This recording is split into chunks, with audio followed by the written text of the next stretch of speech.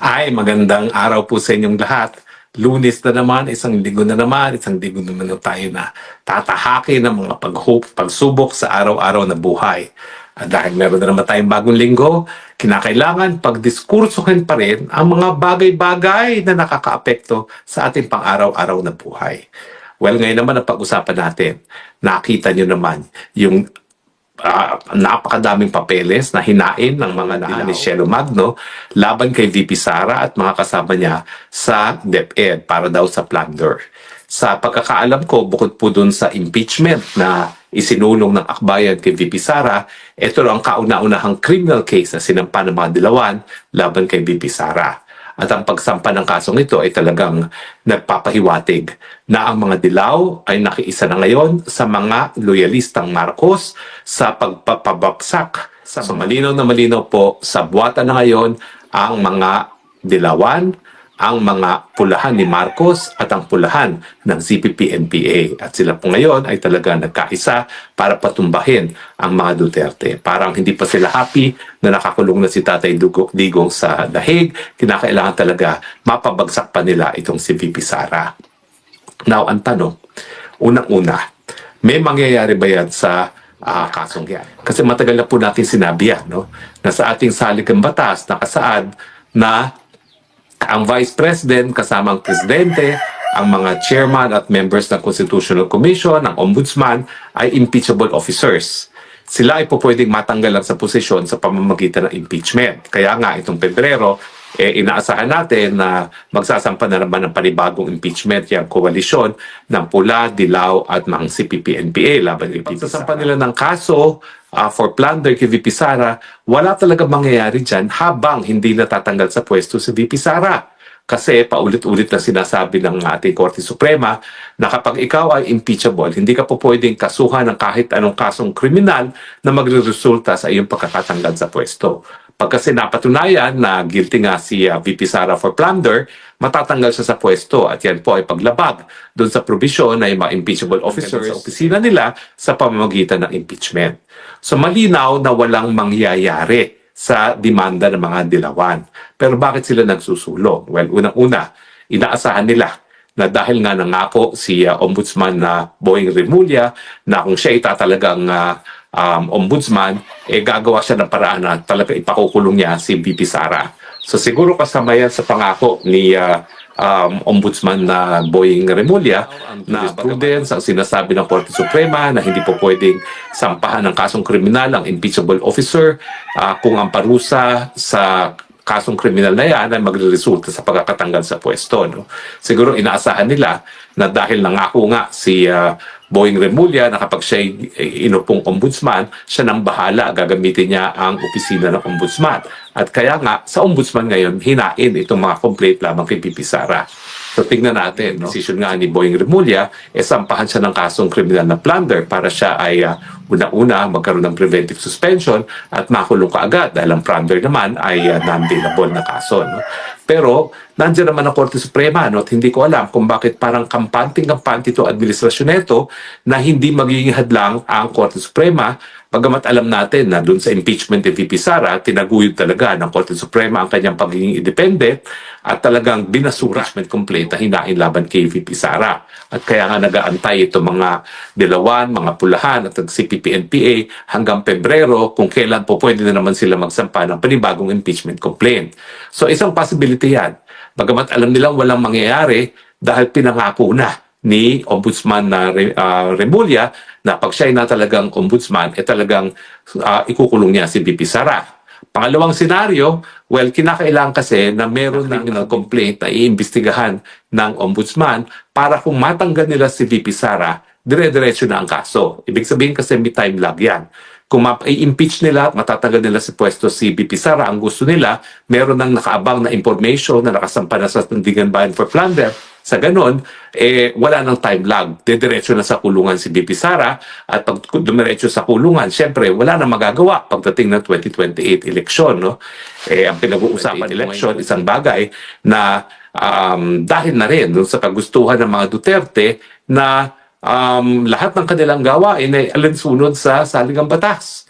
Sinasabi nila na talagang ang pinaghahandaan nila ay ang eleksyon dahil hindi naman sila naniniwala sa mga pamamaraan na labag sa saligang batas para mapatalsik ang Marcos Jr. No? Minsan kasi hindi dapat maging masyadong Girl Scout o Boy Scout, no? Dahil meron naman talagang kapangyarihan ng taong bayan presidente. 2 beses na nangyari yan. Kaya lang, kayo, mga taong bayan, ayaw nyo naman gawin.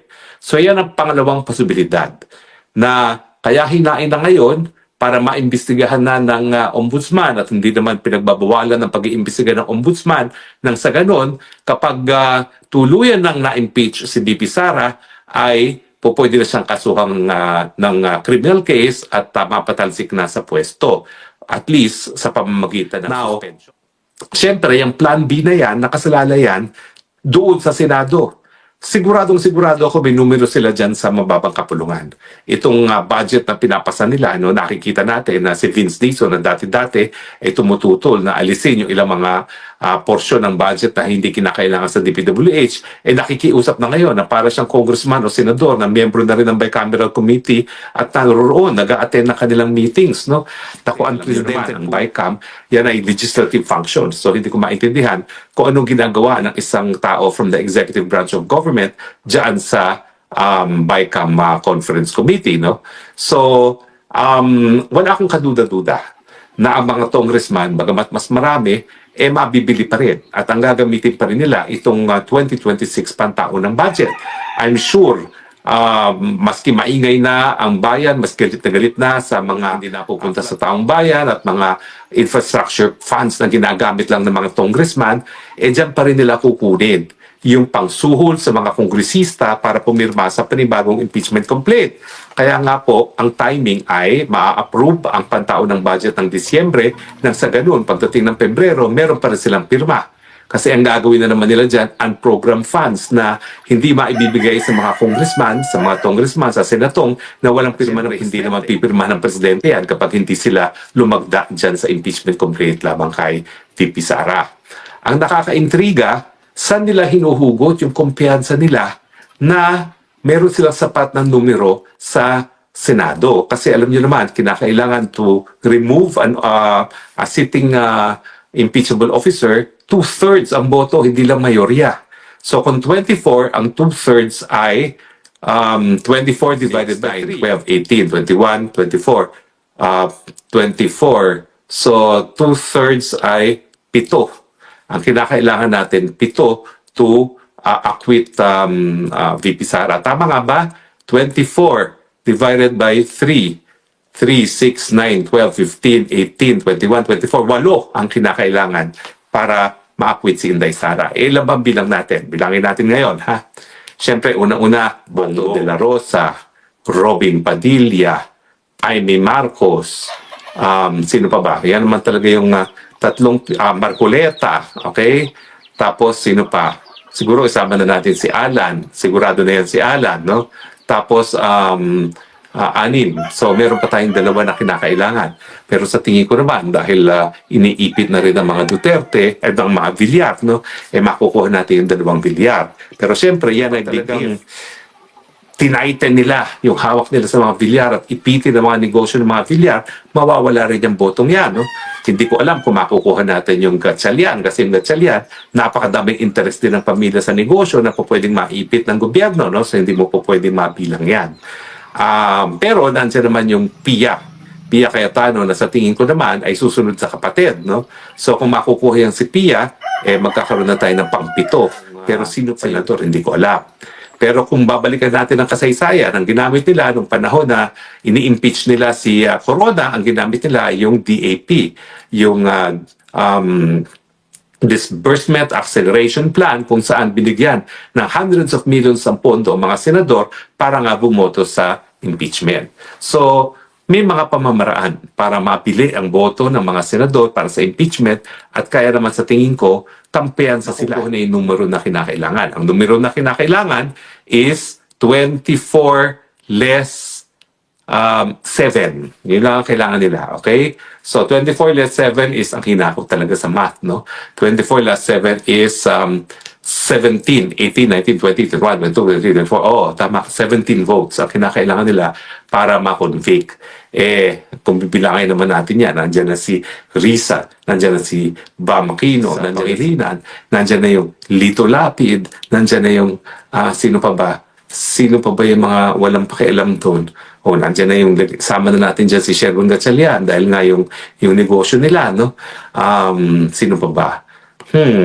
Dali, tingnan natin ang mga senador. Isa-isahin natin sila, ha? Magbilangan tayo ng senador, ha? Dahil dyan sila ang magdedesisyon kung matatanggal o hindi, no? So, anyway, habang hinahanap yan, pag-usapan pa natin yung kaso. So, naka-premise naman yung pagtatanggal kay VP Sara sa Plan B. Kung talagang susunod sila sa saligang batas, kinakailangan matanggal muna si VP Sara as VP bago siya makakasuhan. No? Dahil nga pinagbabawal yung mga kasong kriminal na magre-resulta sa pagkakatanggal ng pwesto sa isang impeachable officer. So, hindi ko alam kung anong gagawin nila dyan, pero I think magre-ready sila in both cases. Sa Plan A naman kasi, ang kanilang po pwedeng gawin ay diktahan ng Korte Suprema. Pero sa tingin ko, papalag naman ang Korte Suprema. Dahil sa totoo lang, kung talagang ang Korte Suprema ay nadidiktahan, yung desisyon laban sa impeachment ni Inday Sara, hindi sana naging ganun. No? Siguro ang advantage na lang, ang tao ng Malacanang talaga sa Supreme Court ay yung dalawang justices, yung isa na appointee ni President Marcos, na kaklasiko, at saka yung isang bata pa na alam naman natin na talagang bata rin ni Lisa Araneta Marcos. So yung dalawang actively na susuporta sa Marcos administration, mga pinakabata. At syempre, pag ikaw ay nasa Supreme Court na meron ng mas matandang edad at mas senior pa na posisyon, hindi ka madidiktahan. No? So kaya naman, kampante pa rin ako na maging independyente ang mga Korte Suprema, mga justices natin sa Korte Suprema, at yan ang dahilan. Kaya sa tingin ko, they will go for Plan B. So impeachment muna kay Inday Sara bago siya kasuhan, bagamat ang pwede mangyari nga is magpilit si Ombudsman na kasuhan si VP Sara at gagamitin na hukbong sandatahan ng kapulisan para puwersahin na matanggal sa pwesto itong si VP Sara. Pero pag nangyari yung tingin ko, malaking gulo yan. No? Dahil si VP Sara nananahimik, no? Talagang tinatanggap lang at pinabaliwala at pinasa sa Diyos ang mga nagpaparatang sa kanya na kung ano-ano. Kasama na itong kay Madriaga. O nga po, no? Konting mga punto lang kay Madriaga. Sinasabi po niya na tinutulungan daw niya yung mga magsasaka, tapos nalaman niya na ako daw ang land grabber.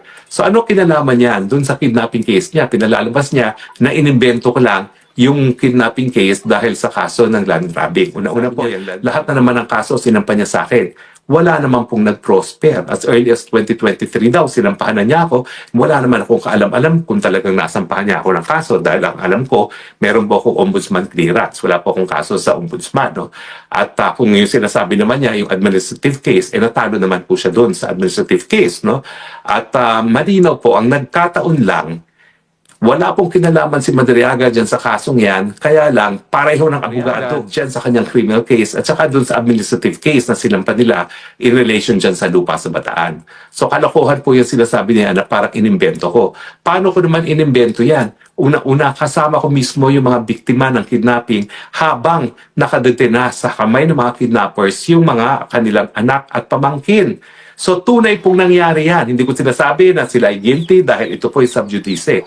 Pero kasama po ako ng pamilya. After the first 3 days of kidnapping, so for the 7 or so days na sila ay nakadetina, kliyente ko na po sila.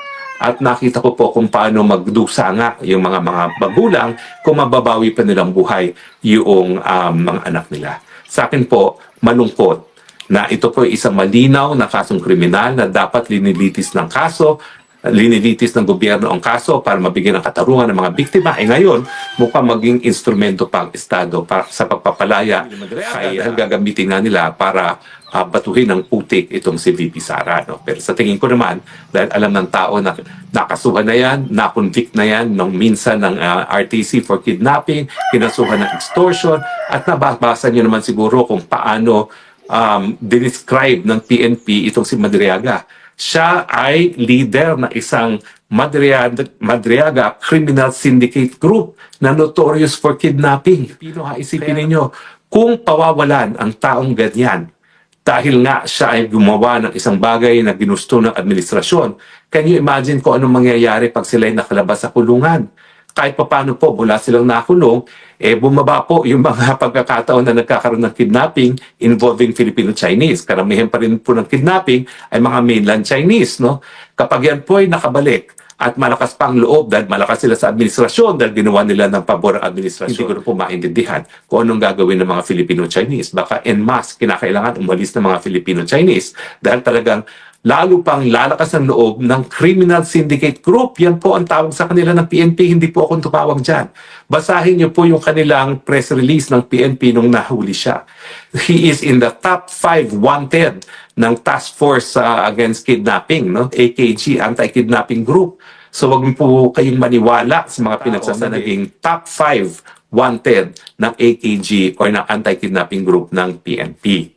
Tsaka syempre, iniisip ko, paano naman ngayon ang gagawin ng PNP na nagpakahirap sila na masulba itong kasong ito, mahuli ang Ramil Madariaga, tapos ngayon sinasabi na dapat pakawalan o dapat ilipat ang kulungan dahil papatayin daw ni Inday Sara. Puro kalokohan po yan. No? In any case, ang documented po dyan, kung meron nakipag-usap sa kanya, hindi po si Pipi Sara siya, kami naman po ata yung mga personalidad, gaya ni Leila de Lima, na nakausap nila yang si Madariaga habang nakakulong. Ang nakapagtataka nga is, paano nila naipasok? Normally, ang mga po pwede lang pumasok na bumisita sa mga preso ay mga kaanak or abogado. Hindi naman sila kaanak, hindi abogado. Paano nila napasok itong Madariaga? Anyway, balik tayo sa kaso ni Cielo Magno. Alam niyo, ang nakakalungkot talaga, itong sabuatan na nangyayari ngayon sa mga dilawas. Wala po talaga kasing basihan para sila ay magsanib puwersa. Dahil ang mga dilawan, sila po talaga ay tumutol doon sa korupsyon ng Marcos Sr. Bakit ngayon tikom ang mga bibig sa korupsyon ng Marcos Jr.? Ang mga dilawan nanindigan laban sa paglabag ng karapatang patao na ginawa ni Marcos na merong torture, merong enforced disappearances at saka yung panunupil sa karapatan ng malayong pananalatak na ginagawa uli ni sila pa yung nakipagsaani puwersa. Alam nyo, dati-rati mataas ang respeto ko dun sa mga dilawan, pati na yung mga akbayan types dahil kahit papaano nanindigan sila laban sa diktaturyang Marcos, laban dun sa mga pandarayan ng eleksyon nung panahon ng GMA, no? Pero ngayon po hindi ko alam kung anong nangyari sa kanila. Naisip ko na lang po siguro na bulag, nakatikim na kapangyarihan, nakatikim ng konting pera galing sa politika, ngayon talaga yan Risa Ontiveros po, naku, plastic po yan, ha? Nagmamalinis, pero anong sabi ni Franklin Drilon na talagang kakampi niya, no? Walang pagkakaiba yung tinatawag na amendment sa budget process sa insertion, pareho lang po yan. Ibig sabihin, pareho yan nagpapasok ng mga proyekto na pinagkakakitaan. So parang nalamo na po sa politika itong mga akbayan type na pinamumunuan ni Risa Ontiveros at yung mga ibang dilawan at kinalimutan na nila ni Ninoy Aquino at ni Cory Aquino. Sa akin po, hindi nyo po maalis yan. Masakit sa akin yan dahil ako po talaga noong aking kabataan ay talagang high school pa lang. Naging para kung pariya sa UPIS, sa UP dahil yung mga panahon na yon, ang mga bida doon ay mga anak ng cronies. Dahil isang araw na lang, gumising kami, nandyan na yung mga Martel, nandyan na yung mga anak-anak ng mga general, nandyan na yung mga disini sa UPIS. At sila yung mga bida. No? Wala nang sinasabi, kundi Ninoy Aquino, Ninoy Aquino, Ninoy Aquino. Sa yearbook ko po, ang sabi dyan, kung meron kang naririnig na nakipagbalitaktakan dahil sa mga karapatang nilalabag, karapatan ni Ninoy Aquino nalalabag, si Harry Roque yun. So sa akin masakit po na yung mga dilawan pa ngayon ang nakipagsabwatan sa anak ng diktador na isang diktador din na mas malala pa dahil at least yung ama niyang diktador hindi bangag. Pero pag ikaw talaga ay bangag, wala ka talagang kahit anong